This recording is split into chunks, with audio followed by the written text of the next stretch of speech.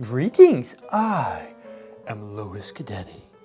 Here with the sister video to the Skull and Pumpkin video. I'm not quite done with the painting yet, but I do need to remix the colors. This is how the painting looks thus far. And so obviously I haven't painted the foreground cloth and a lot of the background, but the color scheme is pretty much set into place. And so I'm gonna go over exactly the genius color setup that I have on my palette that has enabled me to do what is already, in fact, a masterpiece, even though it is not yet finished. Here is a chart of the colors that you see right here. I have them all listed, so I don't need to go through and name them by name. Take a screenshot if you would like. I'm going to take some of the black that I have pre-ground.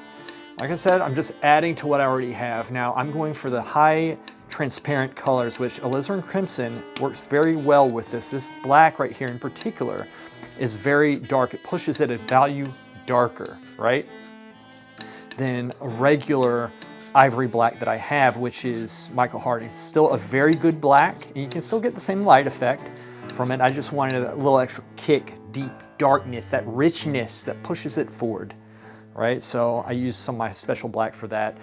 And then this essentially is a mixture. You probably can't tell on camera. This is a mixture pretty much of the same thing, except I'm going to have a little bit of alizarin crimson and some cadmium red. We haven't put orange, or rather yellow ochre in it yet. We have not put that in it yet because yellow ochre is going to bring the light value up, and I'm going for very high transparent colors, very deep and rich, right? So if you really want to push those darks, having a very strong red with good tinting power really helps. I find alizarin crimson works quite nicely in those shadows if you want it to get deep and rich. And then a very nice, this is a cadmium red, I think deep perhaps. I think it's deep. I have a cadmium red light in deep, but the deep really works well to give it that little extra kick of red. The next thing is this color right here. Now, first off, before I go further, these are the colors that I use essentially in the skull, and they're a little bit grayed out, meaning it's not pure straight color. These colors right here, I have some cadmium yellow and cadmium red, which those are very powerful colors. It gives that kick, right? It's not as soft as the yellow ochre is. So these are the more pure colors, because what I have found, really quick side note, is that in this candlelit still life, there's actually a lot of color. So we're really pushing the color. That's what we're doing. So we're trying to get the very strong, warm oranges. And to do that, I have found myself using more cadmium yellow than I thought that I would. But first off, we're going to add some black. I'm going to go in with a little bit of alizarin crimson. It gives it that nice, deep, rich color. A little bit of a cadmium red and a little bit of the mixture. This is cadmium red and yellow ochre, and I always mix my secondaries. I've gone over this in separate videos. Anyway, this is how we do it, and I am essentially, actually, what I just mixed right here is a little bit more warm and red. It's very similar to what I have, and I like it more, so I'm probably gonna go with this right here. If I wanted to cool it down some, all I need to do is perhaps green it out just a little bit. Here's the difference. I'm not sure you can tell on camera, but I'm just gonna take these two and blend it together. And so this is one of the things, a couple of times during the painting process, I will mix my colors. I will remix them just to get more quantity. And sometimes, you know, it's quite funny. I get actual better mixtures in the remixing process because I'm going in with that added knowledge of having painted what I'm painting, in this case, the skull, the pumpkin, the candlelight, right? So you can add that knowledge to your remixing technique. Now, this stuff I am doing for your benefit because I, in fact, think that I was very well prepared and I have enough of this color, but for your benefit, my dear peasants, I will show you exactly how I got this mixture. So it's essentially the same thing as this, except we're using a little bit less black, right? And so I am just going to bring this value up. Then I'm going to realize that this is in fact a little bit too red, and we can take a little bit of green here, green it out. Okay. And then we can just add this to what we have.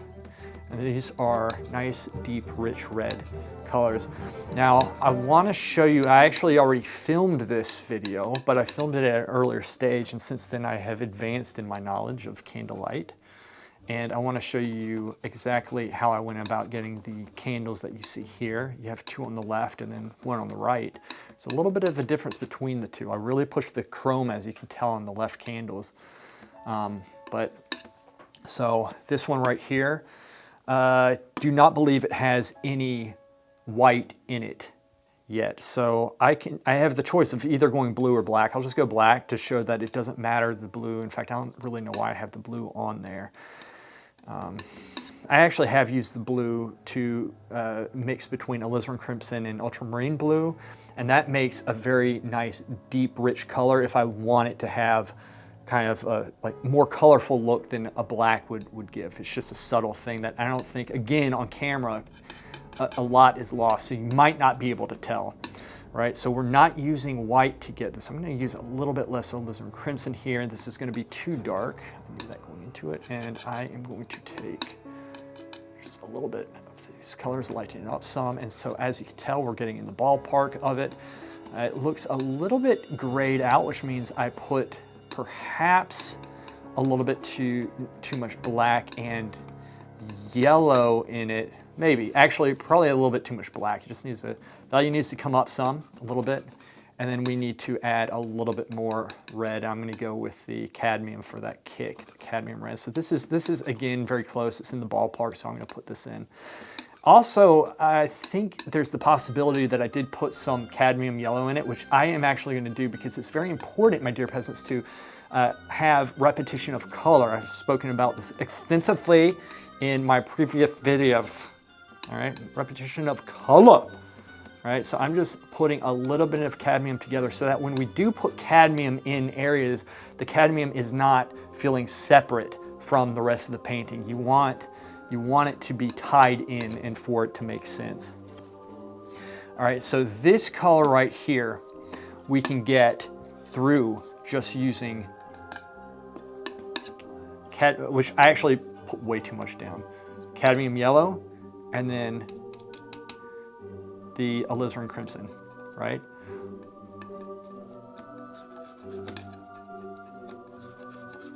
No, we can't. We have to add, I think, a little bit of, I actually messed this up. But this is a nice color. So before I mix this color, I'm gonna put this right here. This is actually the color down the bottom of the candle, okay?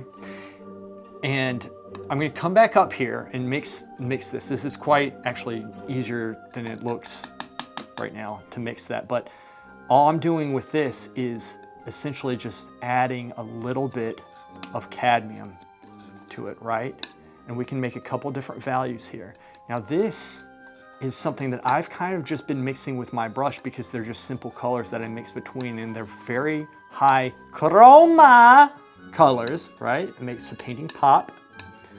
So this is kind of how I've been going about this. And if I need this to be any brighter, then I can add just a touch of Cremnitz white to it, right? Just a touch of Cremnitz white, which you'll see in the highlights of the candle at the very top, of the wax at least. This color right here where I erred was essentially, it does have some alizarin crimson. I do believe it has a little bit of the yellow ochre, okay? A touch of the red, right? A touch of the alizarin cremisi, okay? And a little bit of blue, just a little bit. And let's see how close I am to this. Damn it. What did I do to get this? Maybe I didn't put, I think I put too much blue, okay? I think I put too much blue. Now, here's the thing. I do remember putting some blue in. I am remembering blue. So we're just gonna go lighten it up just a little bit. You know what I did not do? I did not put yellow ochre in it, but I am such an expert painter and I definitely know what I'm doing right now that I think I can overcome this by just putting a ton more of this paint in just to make it look to the average viewer that I did indeed mix it right to begin with, because the yellow ochre will be so minuscule, like your brains. okay? And let's put a little bit more of this in, alizarin crimson. All right, so there we go. There we have it. That's fine. I totally got that color. Note to self, edit all of that out in editing. Bitch. Next color is essentially, damn it, always come prepared. Note to self, splice this on beforehand so they can't tell that I actually added this on. I will put it right above that mark. So it looks like I was working with this the whole time. I'm going to take that off. Also, note to self, do not be lazy in editing this time, you bitch. Trusted palette knife. Wipe it off. Shot. Here we go. Back to it. 3, 2, 1. Next color is a lighter value of this. How did we get that? You might ask. Funny. I was just about to tell you. So we're going to go through. We're going to add a little bit of cadmium, a little bit of cadmium, just a little bit. Just a little bit of alizarin crimson, and we are going to also add a little bit of, in fact, actually a lot of that. Okay, so here are the colors that we have, and let me explain. So in the Skull Still Life, these are the colors that I will be using. And by the way, these right here are essentially, I'm not going to go through and remix them. This is essentially black, yellow ochre, and red. Same with this, but with more yellow ochre and less black, and some more color but less black. Okay, that's all these are. And these are meant to gray out if I want the chroma level to go down some. So within the skull, I'm mixing around these colors right here and just graying them out if I need to bring the chroma level down or make it a little bit less orange with these colors right here, which suit the skull. For the candles, I am working within this value range right here. Now, if I want a darker candle, I can always, it is very interesting how this is working out. I can always go very deep and rich because it is actually working. And in fact, on the edges of the candles, this is what I'm putting on. And sometimes even once the candle's painted, and say I have the black, I'm gonna take this black right here because I don't wanna waste my good stuff. Say there's a black right here, right? So this is the candle, the base of the candle. This is the darkness around it. I will go in with my brush and I will pretty much take almost straight alizarin crimson, which this is deep and rich, and I will kind of paint this right over there, but very thinly, and it makes a very beautiful glow effect. So this is one of the tricks that I'm doing with the candles. Also, what I was doing with the candles, and perhaps I'll make a separate video on this of me painting Candlelight, is that once the black was down, I am taking, in fact, we have the flame right here, and then I will be painting a glow into it. So I'll be taking some of the straight color. You don't want it necessarily grayed out with darkness at first. So I'll put some color down. Son of a bitch, stay. Something like that right along the edges, okay? So we have the actual light coming in like that. Then we have color right there, and then it'll get progressively darker, okay? So something like this, if you were to magnify it, so 1, 2, 3. And then what I'll do the same thing where I'll come in with alizarin crimson, and I might even use this color right here, but I'll take in the alizarin crimson and kind of cut in, and it'll create this very nice glow effect. All right, I took up some of the dark, but let's see if I can get that dark right beside. So something like this, it creates a very beautiful glow effect right here that you're almost using straight colors, but it does work. So I'm using, in essence, a combination of mixing between the values and just mixing with straight colors. So oftentimes too, let's go into the pumpkins, I might start with some of these base values, but then I'll really push them more towards the reds with alizarin crimson and the red. This green is very poorly placed because what I have been doing recently, this is normally over here somewhere, but what I have been doing is, in fact, with my brush, I'm showing you with the palette knife obviously, but with my brush I've been taking just these colors right here, going between them, and then taking just a touch perhaps of this here and going in. This would be a light area in the pumpkins, and I could orange it out as I go, right? Or if it's going to be darker, I just take a darker value and push the darkness using a darker value red, which would be alizarin crimson. And so this, my friends, is how I get the variations in the skull, in the pumpkins, the candle, and that's the light right there. And really quick, I have not painted yet the foreground, but when I do that, I'm going to essentially lay down a base paint of this black and red, which is slightly lighter than this black and red. I'm going to use this to push the shadows deep where they need to be deep.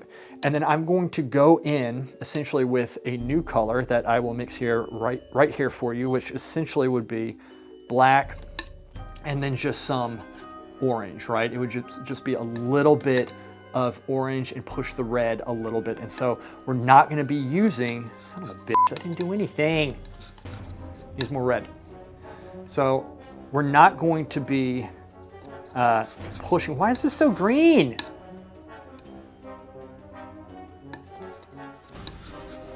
probably can't even tell. It's probably not even worth me even mixing this. Anyway, we're just going to use some black and some orange. We're not going to put white in it because it will kill the effect. When you put white in with black, it's just going to gray it out and it will make it look milky and dirty like your face. So we don't do that.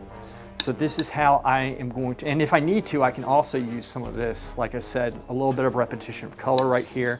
That mixture has a little bit of cadmium yellow in it. We can push the cadmium red, push the heat a little bit. And so once we get these ballpark mixtures, then we can go in and start mixing with the brush, and we can become a little bit more spontaneous with our mixtures as such. Also, the leaves are very similar to the pumpkins, kind of a cross between the pumpkins and the skull. I've been using very deep alizarin crimson and mixing that into these colors right here to really get that deep, rich darkness. And then I've been mixing around these values right here and bringing a lot of some cadmium and alizarin crimson into them, mixing with my brush to get the variations of leaves and trying to be a little bit more impressionistic with them. I definitely did not forget to talk about the candle on the right before I ended the video before. So diving into that, essentially what I did, the candle on the right is not as high in chroma level as the candles on the left. So these are the candles on the left. What I would be doing is mixing a mixture between, I would take just a touch of this gray mixture right here, a touch of the cadmium mixture, the cadmium and the alizarin crimson mixture, and this is what I would come out with. And if I want it lighter, I simply, obviously I can lighten it like this and then add a little bit of chroma, but we still have just a touch of this the gray. Essentially this is black, yellow, and red. There's no white in this, so that's how we just lightly gray it out. And then going up into the lights, we can do something very similar. It's going to have more white in it, and that might actually be a little bit too much right there, but let me adjust this some. It could be somewhere around here, because you have to keep in mind that we're graying out these high chroma colors. These do not contain white, but white will also take away some of the chroma level as well. So we can use white in the higher light areas to take away the chroma. Louis Guidetti out.